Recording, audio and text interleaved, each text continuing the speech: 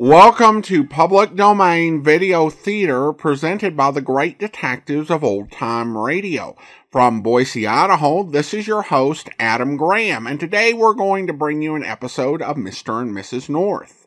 This is Season 2, Episode 14, original air date April 27th, 1954, and the title is The Placid Affair.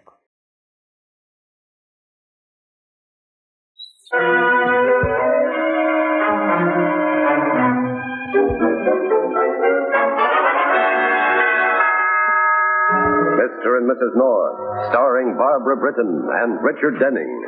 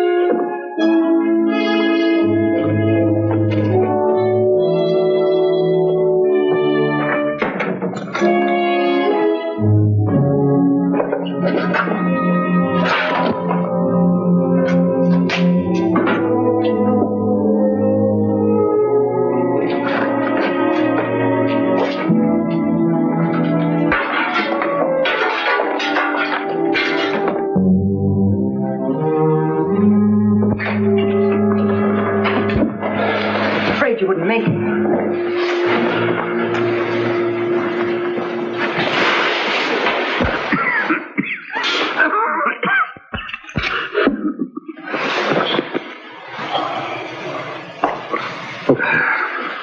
Now rest. The doctor ought to be here any moment.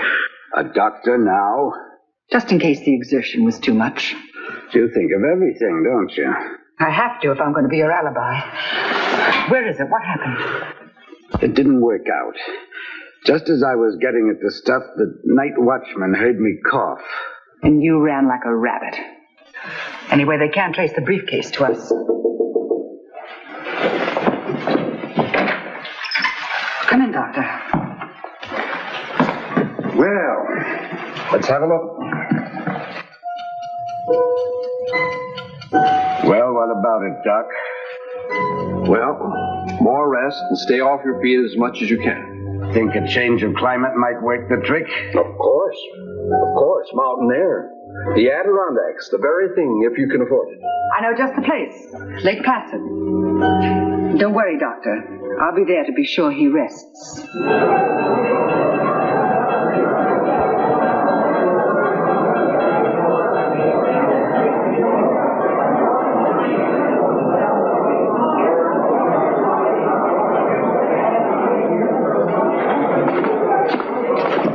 First, a payroll robbery. You lied. You did get the money. A guy like me has to be careful, or he winds up alone. What are you talking about?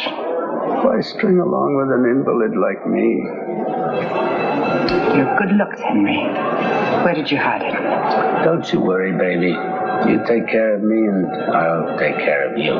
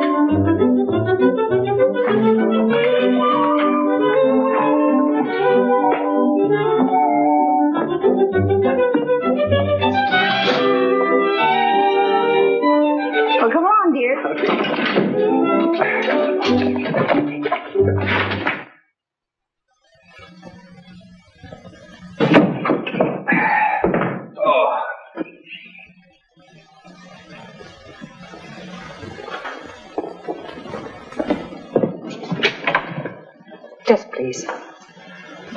Could you tell me if Mr. Jerry North is registered here? Mr. and Mrs. North just checked in? Thank you very much.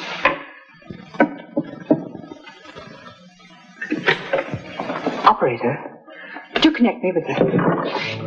I thought I told you to stay away from the phone. You're here for one thing, to take care of me. Now get that straight, to take care of me. Oh, stop acting. You better lie down for a while. I don't take orders from the dame just because she calls herself a nurse. No hospital would let you change the sheets.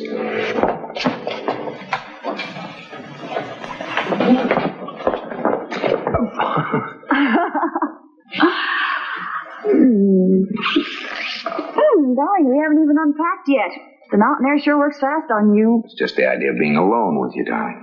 No cares, no responsibilities. Sleep when you feel like it. No friend popping in unexpectedly? The book business could go bust, the apartment burned down, and we wouldn't even know it.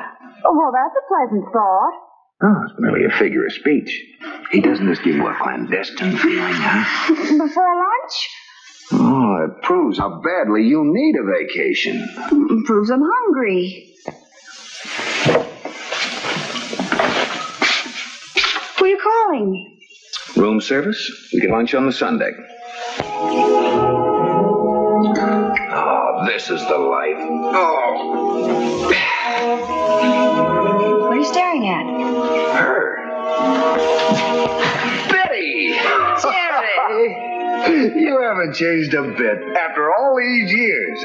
You here on pleasure? No, on a case. Betty, I want you to meet my wife. Pam, this is Betty Ferris. She was a student nurse at the hospital when I had my appendix out. Oh, won't you sit down? I'm sorry, I have a patient. It's so nice seeing you again, Jerry, and meeting you, Mrs. North. Well, don't stand on ceremony. Drop in any time. Thank you.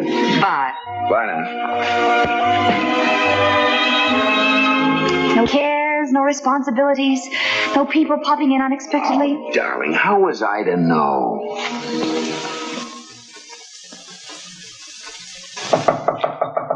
Who is it? Betty.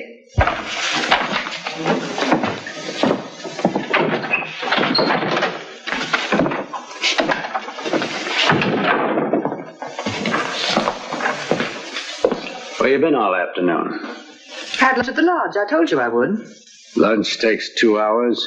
What do you call that you've got on, a lunch frock?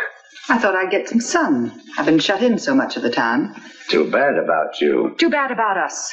We could be in Canada right now, having the time of our lives, if you'd only get that money. We've been over that.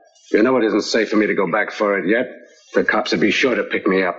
I could go. Yes, I know. You'd be delighted to. And you'd keep right on going once you got your hands on it. Well, you don't know where the money's hidden, and that's the way it's going to be.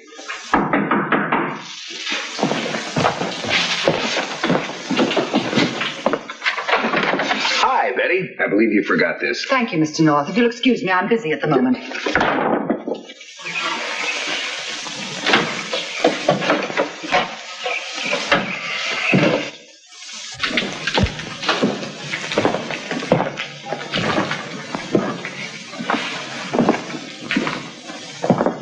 So you're shut in all the time. Had to get yourself some sunlight. Pick up a strange man, you mean? This was no strange man, and his wife's up here with him. Listen to me, or I'll walk out that door and never come back, and I mean it. Mr. North happens to be a former patient of mine. I sought him out, but only because he could help us. How? Let me tell you about Jerry North. He's a friend of the police, an influential citizen, and loves to play Good Samaritan. He's bound to be sympathetic to the plea of his own nurse for a helpless invalid who's gone wrong. Please forgive me for burdening you with my troubles, but I just don't know where else to turn. Of course. Now, let me get this straight. You first met Henry Mills at City Hospital, where he came as a patient. And when he was released, he hired you to look after him while he convalesced. Yes.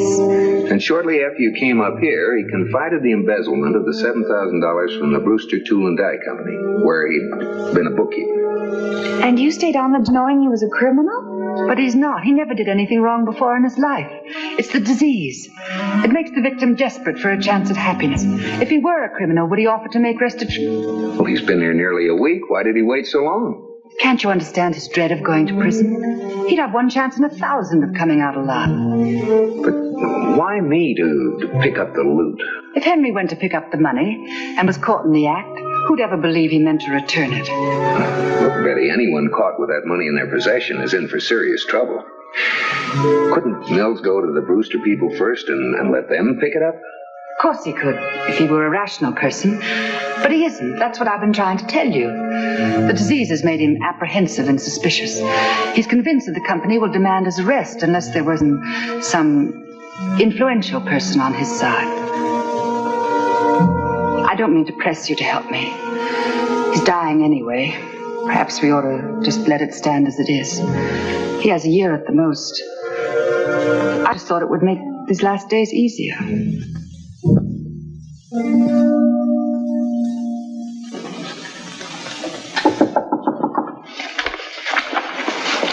Is that you, Betty? Yes. Are you presentable? Yeah. You didn't tell me you had visitors. Oh, this is Mr. and Mrs. North, the couple I was telling you about. They want to help you. How do you do? How do you do? Who told you to tell them? You said I could, don't you remember? You will help us, Mr. North. Well, I'm not sure Mills wants my help. Frankly, that's perfectly all right with me. I'm certainly not anxious to stick my neck out going after that money if he doesn't want any help. No, I do. I do, Mr. North. I feel better already knowing I'm in your hands. It's just this cough makes me crazy sometimes. Well, all right. Can you be ready to leave the first thing in the morning? Yeah. Well, it's late, Miss Ferris, and I'll work out the details. Just one question, Mills. Where did you hide the money?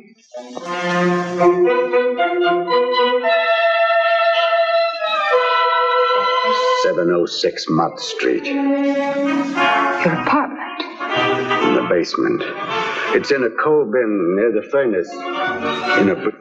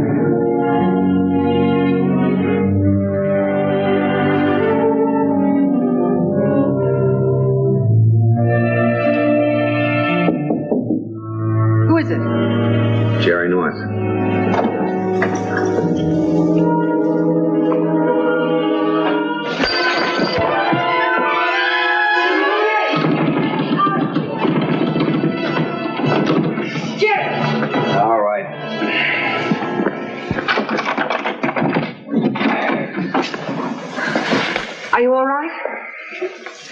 I'll live. Oh. Well?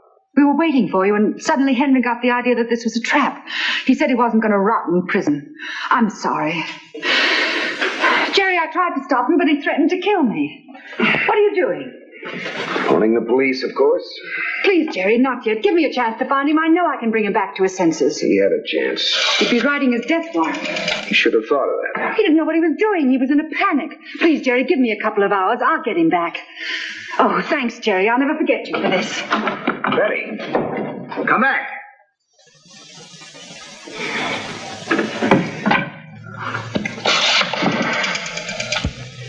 Operator, give me Lieutenant Wagon, police department. Oh. Now, this isn't the first time your zeal to lessen the burden of the police department has led you astray. I don't doubt your intentions, Jerry, but good Lord, man, you weren't born yesterday. Yes, he was. Under the sign of the goat. And you're getting mine. Look, Bill, I made a mistake, I admit it. But I always thought a condemned man deserved some special consideration during his last days. And Mills is a condemned man. He's dying. I understand that. But I hope you understand this.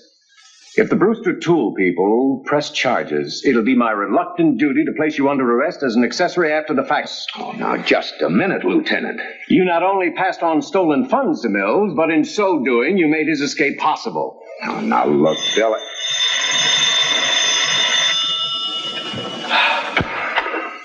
Hello. Just a moment. It's for you, Bill. Brewster Tool and Die Company. Thanks. Lieutenant Wigan speaking. What? Yes, I see. Well, thank you very much. I'll go quietly. They have no record of the embezzlement. They double-checked. Maybe it's the wrong tool company. No. Henry Mills has worked for them, a bookkeeper. And he was given a leave of absence about a month ago because of TB. But his accounts tally. Why would Mills invent a cock and bull story like that? Involve his nurse and a complete outsider. What was he trying to prove? I don't know. But there's something very fishy about this whole thing. About a month ago, the Brewster Tool Company was robbed of... Yes? Betty! Oh, I'm sorry. Yes, I see. We'll be right down. Betty found Mills at the Cherry Lane Hotel near the Battery. He's dead. Lung hemorrhage. She has the money. She's holding it for it.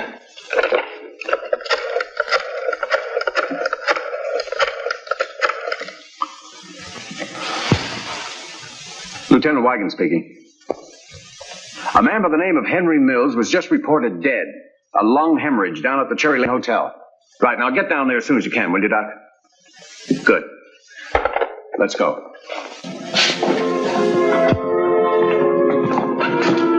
Oh, hello, Doc. Excuse me, kids. I want to talk to the doc a minute.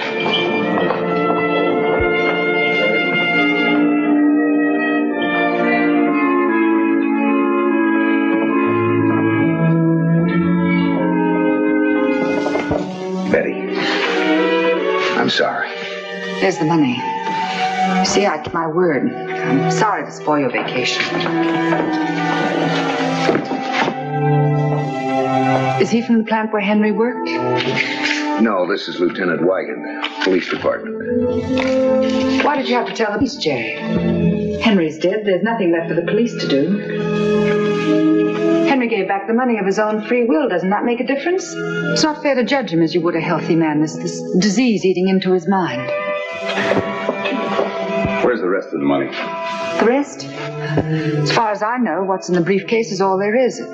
Except what Henry spent in the mountains, and that couldn't have amounted to very much, just a couple of hundred. The difference between the few odd thousand found in this bag and $100,000 is not just a couple of hundred. 100,000? Henry embezzled that kind of money? I don't believe it. There was no embezzlement. We checked that angle. I'm talking about the $100,000 Brewster Tool Company robbery just 48 hours after their bookkeeper, Henry Mills, got it. Henry wouldn't lie to me. What are you trying to do, Lieutenant? Pin the robbery on him because he's dead and you need a scapegoat? The serial numbers on this currency match exactly with those of the stolen banknotes. But I don't understand how they... You don't have to pretend, miss. It was a good act, but it won't work. Betty, why don't you cooperate? If you know anything about the money. Okay, if that's how it has to be. Lock that door, Jerry. We're going to make a search.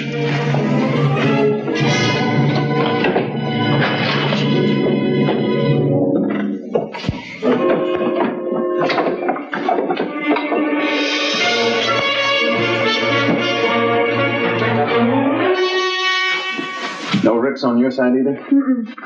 I've checked everything in there. Nothing. Yeah.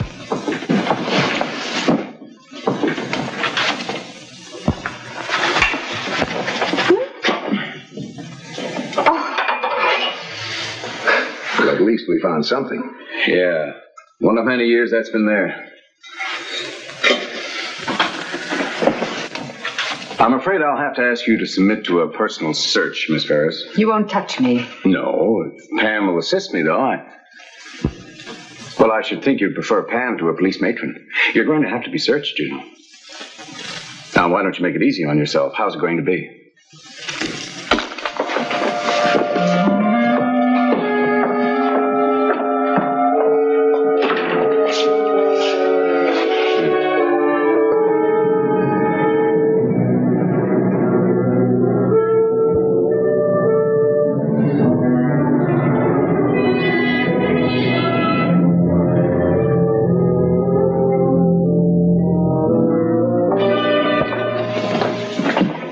No, Bill. Don't you think this has gone about far enough? You're free to go for the time being, Miss Ferris. Just don't try to leave town. Is that all you can say? Not even an apology? Treated like a common criminal? The lieutenant said you could go, Miss Ferris.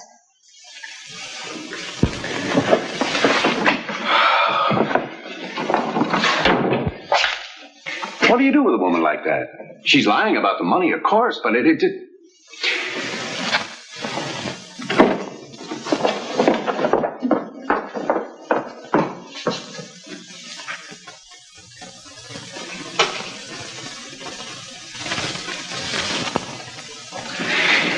That money's got to be here someplace. $100,000 in small bills makes quite a bundle. And the room clerk was positive that Betty never left the hotel after she came up here with Mills, huh? Well, that's what he says, but she could have hidden the money any place in the building. I better get a searching crew out here. Maybe you shouldn't have let her go. And Bill knows what he's doing. We can pick her up any time, and if she gets money from where she hid it, she'll be very cooperative. Hello? Oh, yes, Doc. What? All right. Yeah, thanks. That was medical examiner. Mills hemorrhaged all right, but not altogether from natural causes. He had a little help. She can't be far.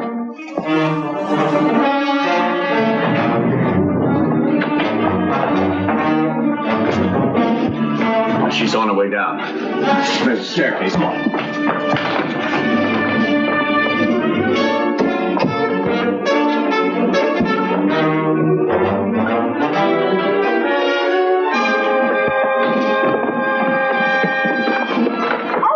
What's wrong? What's the matter? My heel. I broke it. You'd better go up to the room and wait. Bill and I'll be right back as soon as we catch up with that little murderess.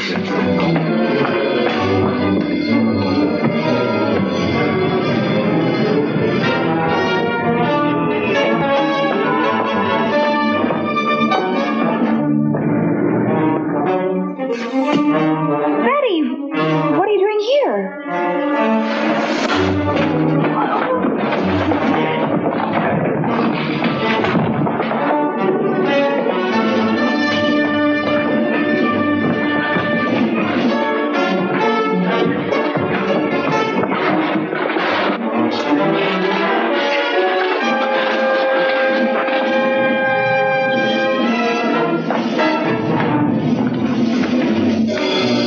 Did you see a young lady just get out of the elevator?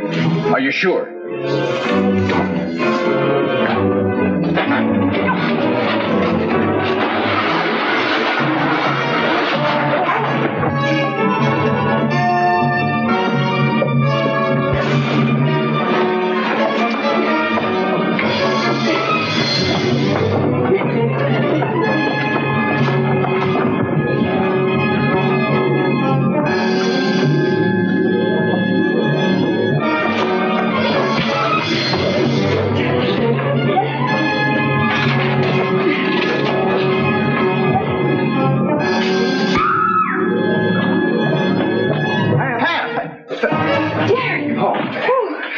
Are you all right?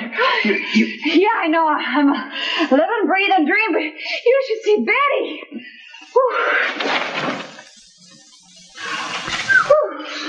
Open your mouth, Jerry. Hmm?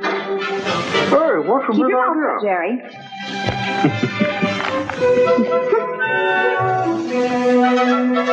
How's your patient doing? Think I'll get through the night? Temperature perfectly normal. Oh, but that's a big disappointment. Tell me, what's this all about, this nurse's get-up? I just thought I'd see. See what? See what it is about one of these uniforms that always gets you boys. I'll tell you one thing. It isn't the uniform. I think I get the idea. I thought you would. Mr. and Mrs. North is directed by Lou Landers.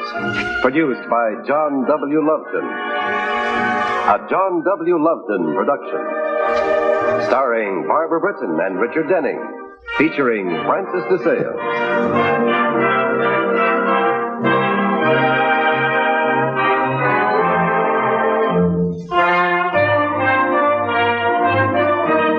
This has been a film presentation.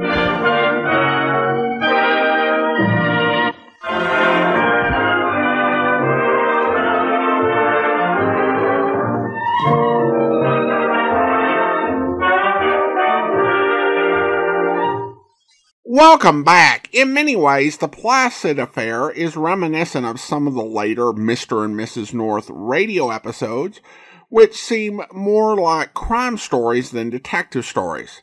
I will say that the nurse's plan didn't fail due to a lack of creativity, scheming, or some abundance of ethics. The argument, TB messes with your mind and causes you to commit crimes, is a claim that should be credited for being, if nothing else, unique. I do suppose some desperate people have committed crimes for living expenses or to get away from their current climate, but not $100,000 safe burglaries.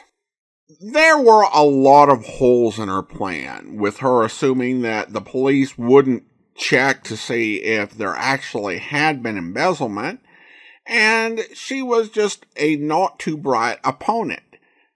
The police managed to solve this crime. That didn't require the brains of Pam North, but apparently did require her to issue an appropriate beatdown, and Pam is more than happy to comply. The only other thing of note here is the appearance of John Hoyt as Mills. Those who listened to our spring miniseries of The Amazing World of Radio got to hear Hoyt playing the role of Mickey Rooney's boss in Shorty Bell.